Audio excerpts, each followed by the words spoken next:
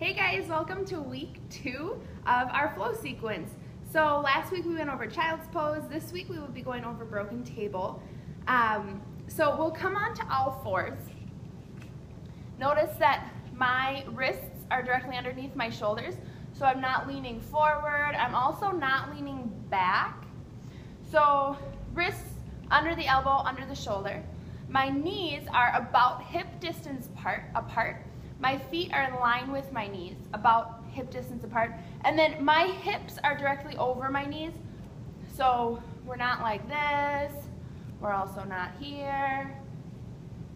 We're trying to stay directly over the knees as much as we can. Okay, so on an inhale, we're gonna be lifting our right arm up. And on the exhale, the left leg will go back. And now we are a broken table. So here, you'll notice that my bicep, my upper arm, is right next to my ear. The toes on my left foot are flexed toward the ground. And I'm reaching the fingertips as far away from me as I can. And at the same time, I'm reaching the heel of my foot away from me as much as I can. And then we can go ahead and release.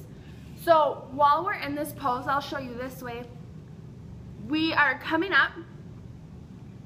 And my hips are staying level, but my head is looking down. So I'm not here, I'm not over here. Head stays looking right down so that that upper arm is right next to the ear.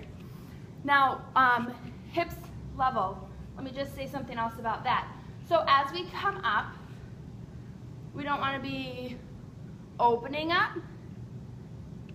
That will throw us off balance.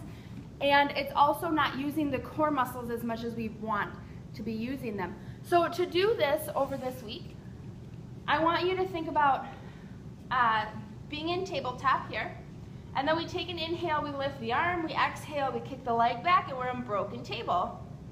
Take a deep breath in, and on the exhale, release them both down. And then you can do the same thing on the other side. And repeat this a few times.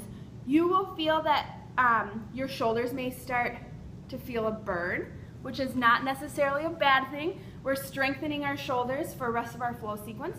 I really need you to think about engaging your core. That means squeezing your abs together as much as you can. And at the same time, every time you lift your leg, you have to engage your glutes. So squeezing those butt muscles together. All right? So last week we had child's pose.